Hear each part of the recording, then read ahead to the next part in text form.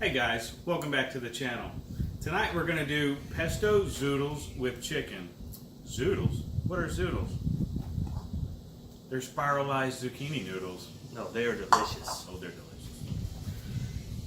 And then we've got our chicken breast. And the first thing we're going to do is take a sip of margarita. Yeah, and they're delicious. Always recommend those.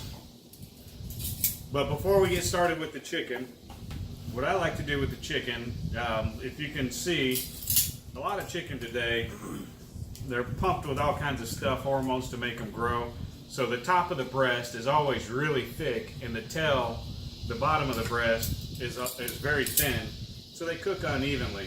So what I like to do is pound them out a little bit. You get them a little bit thin, they cook evenly, and it tears those fibers and makes them a little bit more tender. Yeah, go ahead and put them on the cutting board for me. How many you want on there? Do two at a time. All right.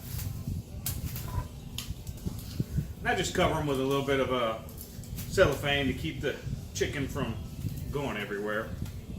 This is called anger management as well.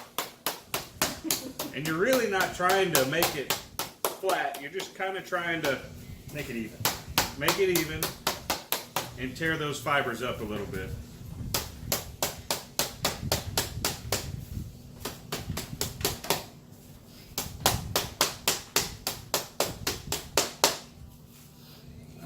Swap them out for me.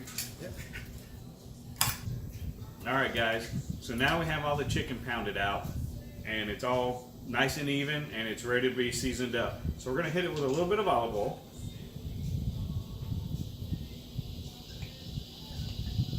Spread the love a little bit, and then some salt and pepper.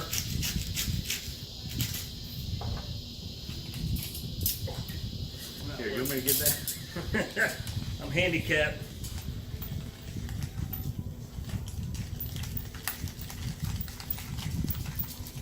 I think I'm getting more outside of it than I am on it.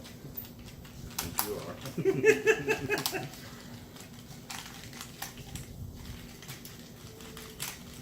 And then we're going to go ahead and season the other side of these as well. Olive oil, salt, and pepper. Then we're going to come back and we're going to start cooking everything up.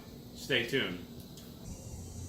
Alright guys, now we're all set up to cook. I've got my 3-burner gas Camp Chef grill that I keep outside. I can take the legs off, and I figured it was just easier to go ahead and set it up top on the counter so we can cook instead of having to go over there next to the windows.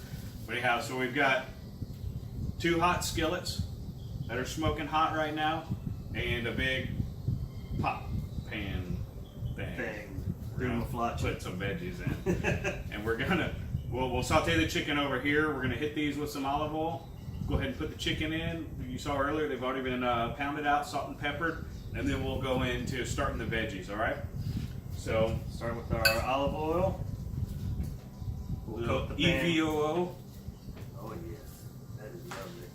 That looks delicious. You just need about 1 to 2 tablespoons, and then give it a rotate. Ooh, and they are hot. They're hot. Alright, I'm still handicapped, so There you go. can't do it as well as I normally do. Perfect. Alright, And if you don't hear sizzle, take them out. take them out. Don't leave them in. Gotta fix my towel here. Yeah, you can't cook without a good towel. Okay. And so on these, make sure you lay them away from you. Oh, you hear that sizzle? That's what you want right there. Beautiful.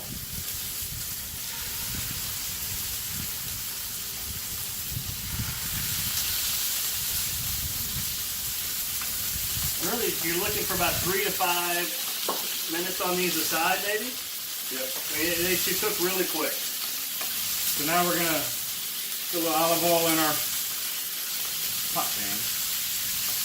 The big one.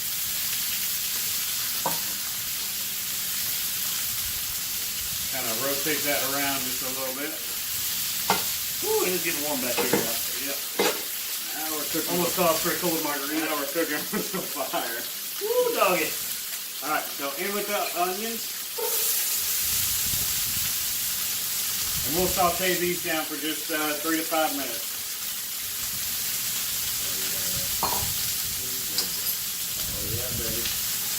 Oh, it already smells amazing out here. Flat bottom spoon, just work this around. And then let it hang out and caramelize up. Alright guys, so we have these things cooking down. Just a little tip for you. If your pan's hot enough, the chicken, your meat, whatever that is, beef, pork, chicken, fish, whatever it is, if your pan's hot enough, whenever you start, it'll continue to cook and those proteins will get between the chicken or your beef and your or chicken and your pan, and it'll release from the pan, so it'll stop sticking. So if you go to turn and it's sticking, just let it keep going. If your pan's hot enough, it will release. Just let it keep going. Don't worry about it. You're not trying to skillet it around and move it around. You'll be good. All right, guys. The onions are starting to get a little bit translucent.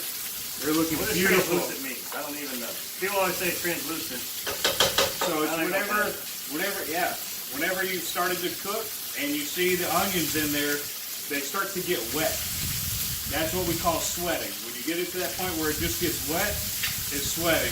When you go past that and it starts to lose some of its color and become a little bit more transparent, that's what we're talking about, getting that translucent phase. So now we have to continue cooking more stuff. So this is ready to add the mushrooms in.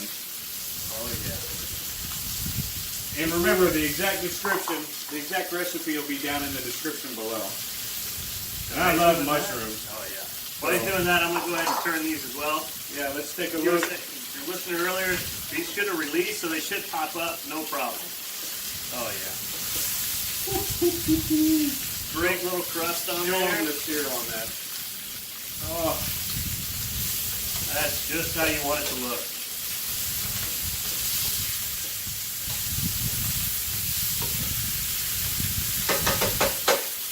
all right, we'll let this cook. Okay, guys, the mushrooms are cooking down. It's making a fantastic looking gravy down there, by the way. Yeah. So now we're going to add the zoodles in. And these go really quick. These only take about 2 to 4 minutes to cook. Very easy, very good, very healthy. The first time I had these, I was like, I don't know about this. This looks a little funny. I couldn't tell the difference between that and pasta. It was absolutely amazing. Yeah, these zoodles are fantastic. You can either buy them at the store already spiraled up like this, or you can get one of those zoodle maker thingies Just happen to have one right here handy. that we used earlier. You just take your zucchini or your squash, whatever you want to put through there. It's got a little cut blades in there, and you just take it and you twist it, and it comes out in these little spiral strips like this. Very easy. Very easy, fantastic. Okay, now we're going to go ahead and add, 4 tablespoons of basil, quarter cup, something like that, or the pesto, sorry. Oh, yeah. Two, A little pesto. three, some. We put it in there. It's all delicious. And then so we'll get that incorporated. That smells so good. The chicken's almost done. We'll be pulling that off in a minute and let it rest. This will cook for another 2 to 4 minutes. Then we'll start working on plating. Stick around. Okay guys, I think the chicken's just about ready. We're going to go ahead and pull it out and stick it to the side, let it rest. You want to make sure and let your meat rest anytime you're done cooking it, because as it gets hot, all those juices in there are all running around like crazy. They're getting pushed to the edge of the cell walls, to the edge of the meat. So letting it rest lets them calm down, let those juices come back to the center of the meat. So if you were to cut this right now, all that juice is pushed to the edges of the cell walls. You cut it, that juice runs right out. So you let it cool down just a bit. You don't want it to get cool, but you keep it covered, keep it warm, and you're good to go.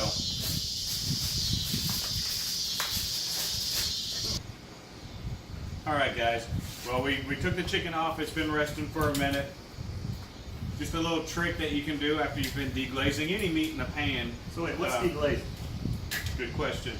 Deglazing is when you cook in the pan. I don't know if you can see it, but you get all those brown bits on the bottom. Yeah, go ahead and tilt that. It's hot. See how it's See all all that dark? brown? Yeah. That's flavor. If you wash that down the sink, all that flavor goes away. You can choose to deglaze it with some wine, with water, apple juice, some sort of apple vinegar, some sort of acid. With a hot pan, go ahead and add, and it may, you don't need much. Woo! Okay. I just put about a quarter cup in each one. Yeah, you see all the steam. Disappearing at. And it's already, it bubbles, and all that stuff that was on the bottom just released and made this spectacular looking gravy. We're gonna pour that directly on, or? I think we're gonna pour it on the meat while she finishes cooking, or resting, I mean. So we've got it covered right here, so we'll just dump that right on. And when you're ready. Yeah, we'll let that, it's Thicken up a little starting to get nice and thick, not quite like cough syrup, but it's not like runny water It's hot either. back here. Cooking with fire, baby. Yeah, donkey. All right, we ready? Yeah, let me cut the fire off so we don't hurt ourselves. So you grab them. I'm still disabled here, so. All right, these pans are nice and heavy, but see if you can see this. Oh man, that is just pure flavor. That's just fantastic.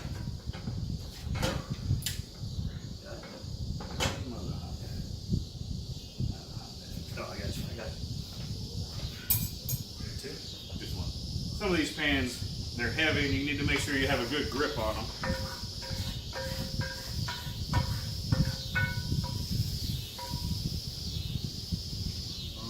Oh yeah,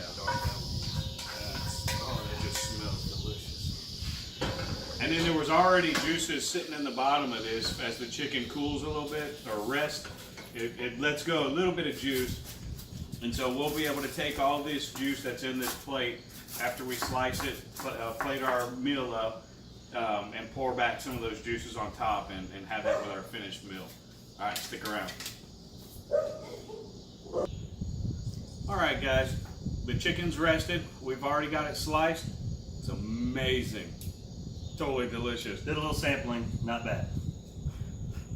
Then we have our noodles, our veggies already in the plate. So now we're just going to take our meat.